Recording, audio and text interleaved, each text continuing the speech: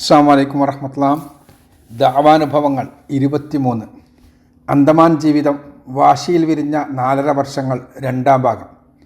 അന്തമാനിൽ Syed മൗലവിയും എപിയും Muhammad shed മൗലവിയും ഇട്ട ഇസ്ലാഹിൻ്റെ വിത്തുകൾ വളർന്ന് വലുതാകാൻ തുടങ്ങിയത് 1960കളിലാണ്. 60കളിൽ അന്തമാനിലെ ഇസ്ലാഹി പ്രവർത്തനങ്ങൾ ശക്തമായി. മതപ്രസംഗങ്ങളും ഖണ്ഡന മണ്ഡനങ്ങളുമെല്ലാം സൗത്ത് അന്തമാൻ ദ്വീപിലെ മാപ്പിള ഗ്രാമങ്ങളിൽ നിരന്തരം നടന്നുകൊണ്ടിരുന്നു. നാട്ടിൽ നിന്നെത്തിയ CP അബ്ദുൽ അസീസ് മൗലവിയാണ് ഇതിന് നേതൃത്വം നൽകിയിരുന്നത്. ജനങ്ങൾ മതം പഠിച്ചു. അതിനനുസരിച്ച് മാറ്റങ്ങളുണ്ടായി. മാറ്റങ്ങൾക്കൊപ്പം എതിർപ്പുകളും രൂക്ഷമായി. പള്ളികളിൽ പലതിലും ആദർശത്തിൻ്റെ പേരിലുള്ള തർക്കങ്ങളുണ്ടായി. പള്ളികളിൽ നിന്നുള്ള കുടിയിറക്കൽ നടന്നത് ആദ്യമായി സ്റ്റുവാർട്ട് ഗഞ്ചിൽ നിന്നാണ്. മുജാഹിദ് പ്രവർത്തനങ്ങളുടെ കേന്ദ്രമായിരുന്ന സ്റ്റുവാർട്ട് ഗഞ്ചിലെ സെയ്ദ് മൗലവിയുടെ പ്രബോധന ഫലമായി ജുമുഅ ആരംഭിച്ച ഖാദിരിയ മസ്ജിദിൽ നിന്ന് മുജാഹിദുകൾ പുറത്താക്കപ്പെട്ടു. അങ്ങനെയാണ് ആദ്യത്തെ മുജാഹിദ് പള്ളി ഉണ്ടാകുന്നത്. ഖാദിരിയ മസ്ജിദിൽ നിന്ന് ഏറെ ദൂരെയല്ലാത്ത ഒരു സ്ഥലത്ത് സി പോക്കർ സാഹിബ് നൽകിയ ഭൂമിയിൽ നിർമ്മിക്കപ്പെട്ട അൻസാറുൽ ഇസ്ലാം മസ്ജിദ് മുജാഹിദുകളുടെ ദ്വീപിലെ പ്രവർത്തന കേന്ദ്രമായി തീർന്നു. ഇന്നും മുജാഹിദുകളുടെ പ്രവർത്തന കേന്ദ്രം ആ പള്ളി തന്നെയാണ്. ബ്രിട്ടീഷുകാർ നിർമ്മിച്ചു നൽകിയ നയാപുരം പള്ളിയിൽ നിന്നും മുജാഹിദുകളെ സ്റ്റുവാർട്ട് ഗഞ്ചിലേതുപോലെ കുടിയിറക്കാൻ ശ്രമിച്ചുവെങ്കിലും അത് നടന്നില്ല. ആ പള്ളി മുജാഹിദുകളുടെ നിയന്ത്രണത്തിലായി. സമീപ പ്രദേശമായ വിംബർലി ഗഞ്ചിലെ അക്ബറിയ പള്ളിയിലും പ്രശ്നങ്ങളുണ്ടായി. സംഘട്ടനമുണ്ടായപ്പോൾ അവിടെ പോലീസ് ഇടപെടുകയും അത് സുന്നികൾക്ക് നൽകാൻ തീരുമാനമാവുകയും ചെയ്തു. അങ്ങനെയാണ് CP ഹൈദർ സാഹിബ് നൽകിയ ഭൂമിയിൽ അവിടെ മുജാഹിദ് പള്ളി നിർമ്മിക്കപ്പെട്ടത്. മൻഫഉൽ ഇസ്ലാം മസ്ജിദ് എന്നായിരുന്നു പേര്. എതിർപ്പുകളെയും ബഹിഷ്കരണങ്ങളെയും അവഗണിച്ചുകൊണ്ട് ആദർശ പ്രബോധനം തുടർന്നപ്പോൾ അന്തമാനിൽ വലിയ മാറ്റങ്ങളുണ്ടായി. അങ്ങനെയാണ് മുജാഹിദ് വളർച്ചയെ പിടിച്ചുകെട്ടാനായി ആദർശപരമായ രൂക്ഷമായ ആക്രമണം അഴിച്ചുവിടുവാൻ എതിരാളികൾ തീരുമാനിച്ചത്. മുജാഹിദുകളുമായുള്ള വാദപ്രതിവാദങ്ങളിൽ അഗ്രഗണ്യരായി അറിയപ്പെട്ടിരുന്ന കൂറ്റനാട് KV മുഹമ്മദ് മുസ്ലിയാരും B കുട്ടിഹസൻ ആജിയും കേരളത്തിൽ നിന്ന് അന്തമാനിലെത്തുന്നത് ഈ സാഹചര്യത്തിലാണ്. അതിശക്തമായ ഭാഷയിലുള്ള മുജാഹിദ് വിമർശനങ്ങളാണ് അവർ നടത്തിയത്. മറുപടി പറയുകയല്ലാതെ മുജാഹിദുകൾക്ക് നിർവാഹമില്ലാതെയായി. അവർക്ക് മറുപടി പറയാനാണ് അന്തമാനിലെ ഇസ്ലാഹി പ്രസ്ഥാനത്തിൻ്റെ പിതാവായ സെയ്ദ് മൗലവി പ്രമുഖ പണ്ഡിതനായ KKM ജമാലുദ്ദീൻ മൗലവിയോടൊപ്പം 1963 വീണ്ടും അന്തമാനിലെത്തുന്നത്. ഇരു കൂട്ടരുടെയും പ്രഭാഷണ പരമ്പരകളും ഖണ്ഡന മണ്ഡനങ്ങളും നിരവധി നടന്നു. അവസാനം കൂറ്റനാടിൻ്റെ വാദപ്രതിവാദ വെല്ലുവിളി മുജാഹിദ് പണ്ഡിതന്മാർ സ്വീകരിച്ചു. സംവാദ തീയതിക്ക് മുമ്പ് യാദർച്ഛികമായി ജമാലുദ്ദീൻ മൗലവിക്കുണ്ടായ ഗുരുതരമായ രോഗബാധ മൂലം സംവാദത്തിൽ പങ്കെടുക്കാൻ കഴിയില്ലെന്ന് അറിയിച്ചത് സുന്നി വിഭാഗം തങ്ങളുടെ വിജയമായി ആഘോഷിക്കുകയാണുണ്ടായത്. സെയ്ദ് മൗലവി ഒറ്റയ്ക്ക് തന്നെ വാദപ്രതിവാദം നടത്താമെന്ന് അറിയിച്ചുവെങ്കിലും മറുവിഭാഗം സന്നദ്ധമായില്ല. സെയ്ദ് മൗലവി ലക്ഷണമൊത്ത പണ്ഡിതനല്ലെന്നായിരുന്നു അവരുടെ പറഞ്ഞ ന്യായീകരണം. ജമാലുദ്ദീൻ മൗലവി ഒളിച്ചോടിയെന്ന പ്രചാരണം വഴി അണികളെ പിടിച്ചു നിർത്താനാണ് അവർ ശ്രമിച്ചത്. ഫിനിക്സ് ബേയിലെ മസ്ജിദുൽ ഹുദ സ്ഥാപിക്കപ്പെട്ടത് ജമാലുദ്ദീൻ മൗലവിയുമൊത്തുള്ള സെയ്ദ് മൗലവിയുടെ ഈ അന്തമാൻ യാത്രയിലാണ്. സെയ്ദ് മൗലവിയുടെ സഹോദരീ പുത്രനായ P അയമു സാഹിബിൻ്റെ കെട്ടിടത്തിൻ്റെ മുകളിലായിരുന്നു ആദ്യം താൽക്കാലികമായി പള്ളി ആരംഭിച്ചത്. ജമാലുദ്ദീൻ മൗലവിയാണ് അവിടെ ആദ്യമായി മലയാളത്തിൽ ഖുതുബ നിർവഹിച്ചത്. സ്വന്തമായ കെട്ടിടത്തിലേക്ക് അത് മാറ്റുകയും പുതുക്കി പണിയുകയുമെല്ലാം ചെയ്തത് പിന്നീടാണ്. ഖണ്ഡന മണ്ഡനങ്ങളും പ്രഭാഷണങ്ങളും വാദപ്രതിവാദ കോലാഹലങ്ങളുമെല്ലാം മുജാഹിദ് പ്രസ്ഥാനത്തിന് അണികളെ വർദ്ധിപ്പിക്കുകയാണ് ചെയ്തത്. എപ്പോഴെങ്കിലും കേരളത്തിൽ നിന്നെത്തുന്ന പണ്ഡിതന്മാരെ ഉപയോഗിച്ചുകൊണ്ടുള്ള പ്രബോധനം പോരെന്നും അന്തമാനിൽ തന്നെ സ്ഥിരമായി താമസിച്ച് പ്രബോധന പ്രവർത്തനങ്ങൾക്ക് നായകത്വം വഹിക്കാൻ ഒരു പണ്ഡിതൻ വേണമെന്നും പ്രധാനപ്പെട്ട മുജാഹിദ് പ്രവർത്തകർക്ക് തോന്നി. ഇക്കാലമായപ്പോഴേക്കും ഇസ്ലാഹി പ്രസ്ഥാന പ്രവർത്തകർക്കിടയിൽ പ്രബോധനത്തിൻ്റെ സ്ഥിരം വായനക്കാരായ ഏതാനും ജമാഅത്തെ ഇസ്ലാമി അനുഭാവികളുമുണ്ടായി കഴിഞ്ഞിരുന്നു. ദ്വീപിലെ പ്രബോധന പ്രവർത്തനങ്ങൾക്ക് നേതൃത്വം വഹിക്കാൻ ഒരാളെ വേണമെന്ന് ആവശ്യപ്പെട്ടുകൊണ്ട് കോഴിക്കോട് മുജാഹിദ് സെൻ്ററിലേക്ക് അവിടെയുള്ള ഇസ്ലാഹി പ്രവർത്തകർ കത്തെഴുതി. ഇസ്ലാഹി പ്രവർത്തകർക്കിടയിലെ ജമാഅത്ത് അനുഭാവികൾ കത്തെഴുതിയത് കോഴിക്കോട് തന്നെയുള്ള ജമാഅത്ത് കേന്ദ്രത്തിലേക്കാണ്. ഒരാൾ മുഴുസമയ പ്രബോധകനായി കേരളത്തിൽ നിന്ന് അന്തമാനിലേക്ക് വരികയാണെങ്കിൽ അയാൾക്ക് നൽകേണ്ട ശമ്പളവും സൗകര്യങ്ങളും എന്തൊക്കെയാണെന്ന് വ്യക്തമാക്കിക്കൊണ്ടുള്ള മറുപടിയാണ് മുജാഹിദ് സെൻ്ററിൽ നിന്ന് അവിടുത്തെ ഇസ്ലാഹി പ്രവർത്തകർക്ക് ലഭിച്ചത്. അന്തമാനിലെ ഇസ്ലാഹി പ്രവർത്തനങ്ങൾക്ക് നേതൃത്വം വഹിക്കാനായി PK ഇബ്രാഹിം മൗലവിയെ പറഞ്ഞയക്കുന്നുവെന്ന് മാത്രം സൂചിപ്പിച്ചുകൊണ്ടുള്ളതായിരുന്നു അന്നത്തെ ജമാഅത്ത് അമീർ KC അബ്ദുള്ള മൗലവിയുടെ മറുപടി. തങ്ങൾക്ക് സാമ്പത്തിക ബാധ്യതകളൊന്നുമില്ലാതെ ഒരു പ്രബോധകൻ കേരളത്തിൽ നിന്ന് അന്തമാനിലെത്തുന്നുവെന്നത് എല്ലാവർക്കും ആകർഷകമായി തോന്നി. അങ്ങനെയാണ് ശാന്തപുരം ഇസ്ലാമിയ കോളേജിലെ ആദ്യത്തെ ബാച്ചിലുണ്ടായിരുന്ന ജമാഅത്തെ ഇസ്ലാമിക്കാരനായ ഇബ്രാഹിം മൗലവി 1964 ഇസ്ലാഹി പ്രബോധകൻ എന്ന രീതിയിൽ അന്തമാനിലെത്തുന്നത്.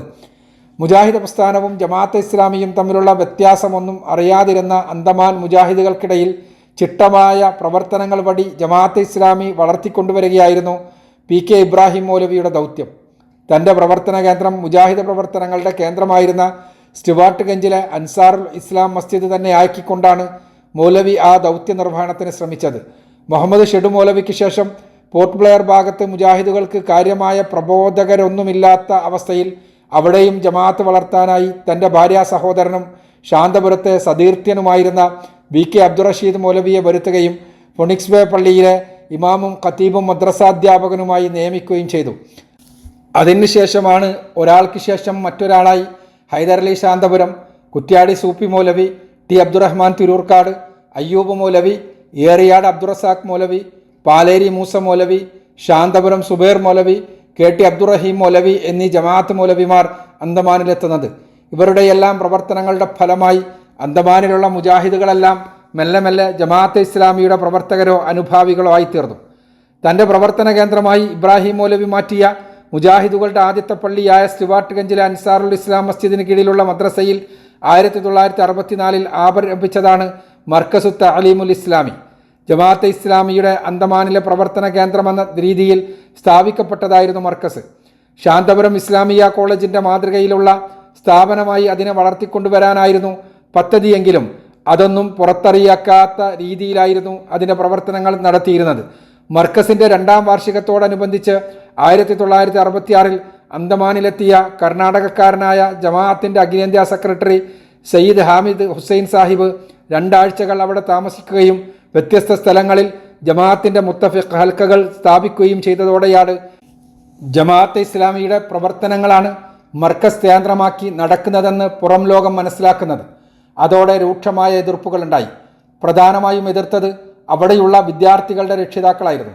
ജമാഅത്ത് സ്ഥാപനത്തിലല്ല തങ്ങൾ മക്കളെ ചേർത്തതെന്ന് അവരിൽ പലരും പ്രതിഷേധിച്ചു. ഭൂരിപക്ഷം പേരും മക്കളെ മർക്കസിൽ നിന്ന് പിൻവലിച്ചു മറ്റ് വിദ്യാഭ്യാസ സ്ഥാപനങ്ങളിൽ ചേർത്തു.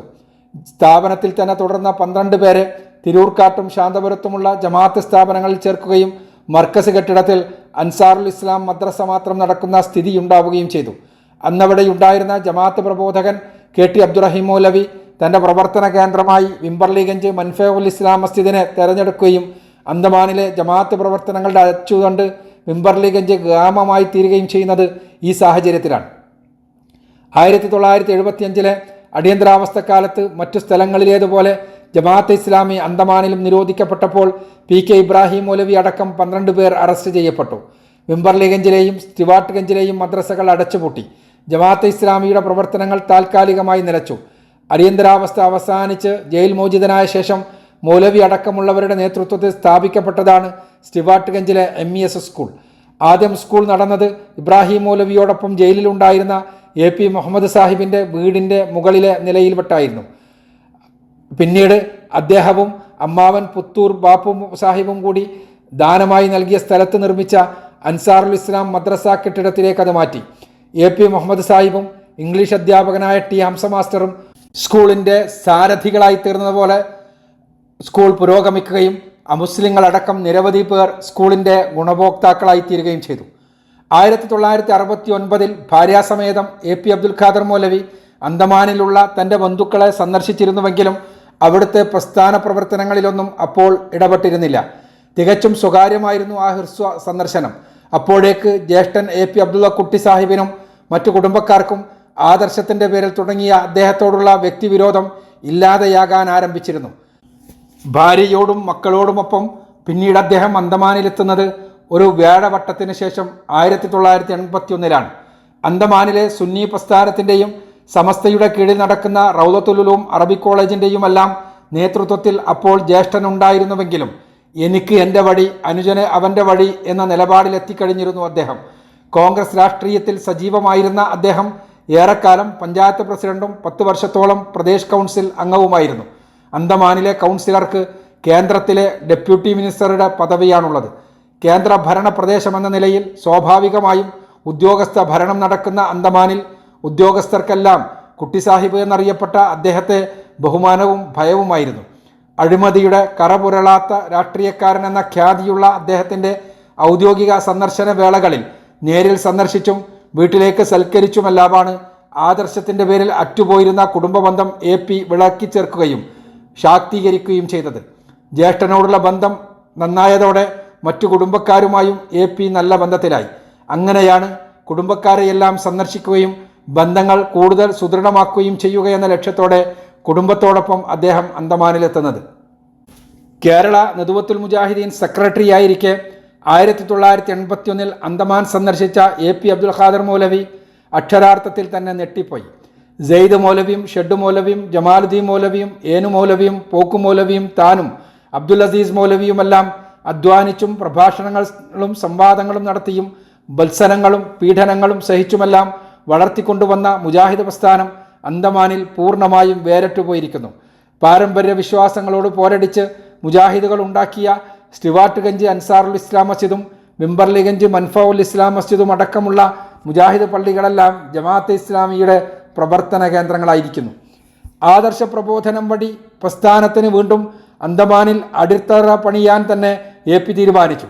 കുടുംബത്തെ നാട്ടിലേക്ക് പറഞ്ഞയച്ച ശേഷം ഇസ്ലാഹി പ്രസ്ഥാനത്തെ പുനരുജ്ജീവിപ്പിക്കുകയെന്ന ലക്ഷ്യത്തോടെ മാത്രം ഏതാനും ആഴ്ചകൾ കൂടി അദ്ദേഹം അന്തമാനിൽ തങ്ങി. ജ്യേഷ്ഠനോട് പിഴങ്ങി സ്റ്റിവാർട്ട്ഗഞ്ചിൽ കഴിഞ്ഞിരുന്ന കാലത്ത് തൻ്റെ സുഹൃത്തായിരുന്ന AP മുഹമ്മദ് സാഹിബിൽ നിന്ന് തന്നെ തുടങ്ങാനായിരുന്നു അദ്ദേഹത്തിൻ്റെ തീരുമാനം. അടിയന്തരാവസ്ഥക്കാലത്ത് 6 മാസം ജയിലിൽ കിടന്ന സജീവ ജമാഅത്തുകാരനായിരുന്ന മുഹമ്മദ് സാഹിബിനെ മുജാഹിദ് ജമാഅത്ത് ആദർശ വ്യതിരിക്തതകൾ ബോധ്യപ്പെടുത്തിയതോടെ കാര്യങ്ങൾ എളുപ്പമായി. മുജാഹിദ് പ്രസ്ഥാനത്തിൻ്റെ ഉയർത്തെഴുന്നേൽപ്പിന് മുന്നിൽ നിൽക്കാമെന്ന് അദ്ദേഹം സമ്മതിച്ചു. മുജാഹിദ് പ്രവർത്തകനായിരിക്കെ എടത്തനാട്ടുകരയിൽ നിന്ന് അന്തമാനിലെത്തിയ തോരക്കാടൻ കുഞ്ഞാമു സാഹിബിൻ്റെ മക്കളായിരുന്ന മൊയ്തു ഹാജി, സൈദാലി സാഹിബ്, മുഹമ്മദ് അലി സാഹിബ്, ഹംസ മാസ്റ്റർ, മുണ്ടഞ്ചേരി മുഹമ്മദ് സാഹിബ്, പുത്തൂർ ബാപ്പു സാഹിബ്, പുത്തൂർ ഹംസ സാഹിബ്, P കുഞ്ഞാപ്പു സാഹിബ് എന്നിവർ സ്റ്റിവാർട്ട്ഗഞ്ചിൽ നിന്നും സെയ്ദ് മൗലവിയുടെ സഹോദരി പുത്രന്മാരായ PK മൂസാഭായിയും സഹോദരങ്ങളും ഫിനിക്സ് ബേയിൽ നിന്നും മുജാഹിദ് പ്രവർത്തനങ്ങൾക്ക് നേതൃത്വം വഹിക്കാൻ സന്നദ്ധമായതോടെ പ്രസ്ഥാനത്തിൻ്റെ പുനരുജ്ജീവനത്തിന് AP അന്തമാൻ യാത്ര നിമിത്തമായി. അന്തമാനിലെ മുജാഹിദ് പ്രവർത്തനങ്ങളുടെ കേന്ദ്രബിന്ദുവായി AP അബ്ദുൽ ഖാദർ മൗലവി മാറുന്നത് അവിടുത്തെ മുജാഹിദ് പുനരുജ്ജീവനത്തിന് അദ്ദേഹം നേതൃത്വം നൽകിയതിനാലാണ്. അവിടെ നടക്കുന്ന മുജാഹിദ് പ്രവർത്തനങ്ങളിൽ നേതൃപരമായ പങ്കുവഹിക്കുന്നവരുമായും പ്രവർത്തകരുമായും വല്ലാത്തൊരു വ്യക്തിബന്ധം സൂക്ഷിച്ചിരുന്നയാളായിരുന്നു അദ്ദേഹം. അവർ കേരളത്തിലെത്തിയാൽ AP വീട്ടിലെ അതിഥികളായിരുന്നില്ല, ശരിക്കും കുടുംബാംഗങ്ങളെപ്പോലെയായിരുന്നു. അന്തമാൻകാരില്ലാത്ത ദിവസങ്ങൾ പത്തപ്പിരിയത്തെ AP ഗ്രഹത്തിൽ വിരളമായിരുന്നുവെന്ന് വേണം പറയാൻ. ഒരാളല്ലെങ്കിൽ മറ്റൊരു അന്തമാൻകാരൻ കുടുംബസമേതം വർഷത്തിൽ ഒരുവിധം ദിവസങ്ങളിലെല്ലാം അവിടെയുണ്ടാവും. കുടുംബക്കാരെയും ബന്ധുക്കളെയും സന്ദർശിക്കാൻ എത്തിയവരാണെങ്കിലും ആശുപത്രി ആവശ്യങ്ങൾക്ക് വന്നവരാണെങ്കിലും പത്തപ്പിരിയത്തെ വീട്ടിൽ ഏതാനും ദിവസങ്ങൾ തങ്ങിയ ശേഷം AP നിർദ്ദേശങ്ങൾ കൂടി കണക്കിലെടുത്തായിരിക്കും തങ്ങൾ വന്ന കാര്യത്തിലേക്ക് അവർ നീങ്ങുക. സ്റ്റിവാർട്ട്ഗഞ്ചിൽ AP മുഹമ്മദ് സാഹിബിൻ്റെയും ഫിനിക്സ് ബേയിൽ മൂസാഭായിയുടെയും മത്തുറയിൽ തോരക്കാടൻ മൊയ്തു സാഹിബിൻ്റെയും നേതൃത്വത്തിൽ ഇസ്ലാഹി പ്രസ്ഥാനം പുനരുജ്ജീവിച്ചതോടെ അന്തമാനിലേക്ക് മുജാഹിദ് പ്രബോധകർ ആവശ്യമായി തീർന്നു.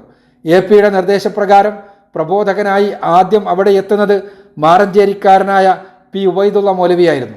ശാന്തപ്രകൃതനായ അദ്ദേഹത്തിന് ഏറെക്കാലം അവിടെ തുടരാൻ കഴിഞ്ഞില്ല. സുല്ലമികളായ 2 മുജാഹിദുകൾ അവിടെ പ്രബോധകരായി എത്തുന്നത് അതിനുശേഷം 1987 കോഴിക്കോട് ജില്ലയിലെ പുത്തൂരിൽ നിന്നെത്തിയ അബ്ദുറഹ്മാൻ സുല്ലമിയുടെയും ചെറുവാടിയിൽ നിന്നെത്തിയ CV അബ്ദുള്ള സുല്ലമിയുടെയും ചടുലതയോടെയുള്ള പ്രവർത്തനങ്ങൾ വഴി നിരവധി യുവാക്കൾ മുജാഹിദ് പ്രവർത്തകരായി തീർന്നു. അറിയപ്പെടുന്ന ഉൽപ്പതിഷ്ണുക്കളായി തങ്ങൾ മാത്രമേയുള്ളൂവെന്ന് ജമാഅത്തെ ഇസ്ലാമിക്കാർ കരുതിയിരുന്ന അന്തമാനിൽ മുജാഹിദ് പ്രസ്ഥാനം വളരുന്നത് സഹിക്കാൻ സ്വാഭാവികമായും ജമാഅത്തുകാർക്ക് കഴിഞ്ഞില്ല. വെല്ലുവിളികളും വിമർശനങ്ങളുമായി അവരും മറുപടികളും ഖണ്ഡനങ്ങളുമായി മുജാഹിദ് പ്രവർത്തകരും സജീവമായി. ജമാഅത്ത് അമീർ മുഹമ്മദ് അലി സാഹിബും മുജാഹിദ് പ്രബോധകൻ പുത്തൂർ അബ്ദുറഹ്മാൻ സുല്ലമിയും തമ്മിലുള്ള ഖണ്ഡന മണ്ഡനങ്ങൾ വഴി ജമാഅത്ത് മുജാഹിദ് വ്യതിരിക്തതകൾ സാധാരണക്കാർക്ക് ബോധ്യപ്പെടുന്ന സ്ഥിതിവിശേഷമുണ്ടായി. തർക്കങ്ങൾ ശക്തമായി. അത് പള്ളികളിലുമെത്തുകയും അവരുമായി ബന്ധപ്പെട്ട അവകാശ തർക്കങ്ങൾ സജീവമാവുകയും ചെയ്തു. മുജാഹിദുകൾക്കും ജമാഅത്തുകാർക്കും വേറെ വേറെ പള്ളികളും മദ്രസകളുമായി. പുതുക്കി പണിതുകൊണ്ടിരുന്ന ഫിനിക്സ് ബേ പള്ളിയിൽ കുത്തുബ നിർവഹിക്കാനെത്തിയ അബ്ദുറഹ്മാൻ സുല്ലമി ആക്രമിക്കപ്പെടുകയും മിമ്പറിൽ നിന്ന് പിടിച്ചിറക്കുകയും ചെയ്യുന്ന സ്ഥിതിവിശേഷം വരെയുണ്ടായി. ആദർശ സമരങ്ങൾ അക്രമത്തിലേക്കും വ്യക്തി തേജോവധങ്ങളിലേക്കും നീങ്ങുകയും പോലീസ് സംരക്ഷണത്തിൽ ജുമാ നമസ്കരിക്കേണ്ട അവസ്ഥയുമെല്ലാം സംജാതമായി. ആ സമയങ്ങളിലെല്ലാം അന്ന് കൗൺസിലറായിരുന്ന AP-യുടെ ജ്യേഷ്ഠൻ കുട്ടി സാഹിബിൻ്റെ സഹായം മുജാഹിദുകൾക്ക് തുണയായി ഉണ്ടായത് അവർക്ക് ഏറെ ആശ്വാസം നൽകി. ജമാഅത്ത് മുജാഹിദ് തർക്കങ്ങൾ സജീവമായിരിക്കുന്ന സമയത്താണ് സലഫി പക്ഷത്തിൻ്റെ പ്രധാനപ്പെട്ട നാവായിരുന്ന പുത്തൂർ അബ്ദുറഹ്മാൻ സുല്ലമിക്ക് PSC നിയമനം ലഭിച്ച് നാട്ടിലേക്ക് പോകേണ്ടി വന്നത്. ആ ഒഴിവിലേക്ക് ഇസ്ലാഹി പ്രബോധകനായി നിയോഗിക്കപ്പെട്ട ഇസ്മായിൽ മുട്ടാഞ്ചേരിയോടൊപ്പമാണ് MES സ്കൂളിൽ അധ്യാപകനായുള്ള സേവനത്തിന് ഞാനും തിരഞ്ഞെടുക്കപ്പെട്ടത്. ഞങ്ങൾ രണ്ടുപേരും ഒരുമിച്ചാണ് AP മുഹമ്മദ് സാഹിബിൻ്റെയും ഹംസ മാസ്റ്ററുടെയും കൂടെ മദ്രാസിൽ നിന്ന് പോർട്ട് ബ്ലെയറിലേക്ക് കപ്പൽ കയറിയത്. സുല്ലമിയുടെ പിൻഗാമിയായി എത്തിയതുകൊണ്ടാണെന്ന് തോന്നുന്നു സ്റ്റുവാർട്ട് ഗഞ്ചിലെ ജമാഅത്ത് പ്രവർത്തകർ സഹിഷ്ണുതയോടെയായിരുന്നില്ല എന്നോട് പെരുമാറിയിരുന്നത്. അങ്ങാടിയിൽ വെച്ച് കാണുമ്പോൾ വാക്കുകൾക്കകത്ത് പരിഹാസം കലർത്തിക്കൊണ്ടുള്ള സംസാരം അവരിൽ ചിലരുടെ പതിവ് ശൈലിയായിരുന്നു. സുന്നി നേതാവായ കുട്ടി സാഹിബിൻ്റെ മൂടുതാങ്ങികളും അദ്ദേഹത്തിൻ്റെ സഹായത്താൽ മാത്രം നിലനിൽക്കുന്നവരുമാണ് മുജാഹിദുകൾ എന്നതായിരുന്നു മുള്ളുവച്ച വർത്തമാനങ്ങളുടെ കാതൽ. സഹികെട്ട് ഒരു ദിവസം ഞാനും ചെറുതായൊന്ന് പ്രതികരിച്ചു. അത് വലിയ വാക്കുതർക്കത്തിന് കാരണമായി. കേരളത്തിൽ ജോലിയൊന്നുമില്ലാതെ ഇങ്ങോട്ട് കപ്പൽ കയറിയ നിങ്ങൾക്കൊന്നും ഇവിടെ ഒന്നിനും കഴിയില്ല. എന്നോട് തർക്കിച്ചയാൾ അട്ടഹസിച്ചു. കഴിയുമോ എന്ന് ഞങ്ങളൊന്ന് നോക്കട്ടെ. ഞാനും വെറുതെ വിട്ടില്ല. 1-2 വർഷങ്ങൾ മാത്രം അന്തമാനിൽ നിന്ന ശേഷം ഗൾഫിലേക്ക് പറക്കണമെന്ന സ്വപ്നവുമായി കപ്പൽ കയറിയയാളെ 4.5 വർഷം അന്തമാനിൽ തന്നെ പ്രവർത്തന നിരതമാക്കിയത് ആ സംസാരം സൃഷ്ടിച്ച വാശിയായിരുന്നുവെന്ന് പറയാം. അന്തമാനിൽ നിന്ന് ലഭിച്ച നന്മകളിൽ പലതിനും അവിടെ നിൽക്കാൻ വാശി പിടിപ്പിച്ച ആ സുഹൃത്തിനോട് ഞാൻ കടപ്പെട്ടിരിക്കുന്നു. അദ്ദേഹത്തിനും നമുക്കുമെല്ലാം അള്ളാഹു പുറത്തു തരികയും സ്വർഗത്തിൽ നമ്മയെല്ലാം ഒരുമിപ്പിക്കുകയും ചെയ്യട്ടെ. ആമീൻ.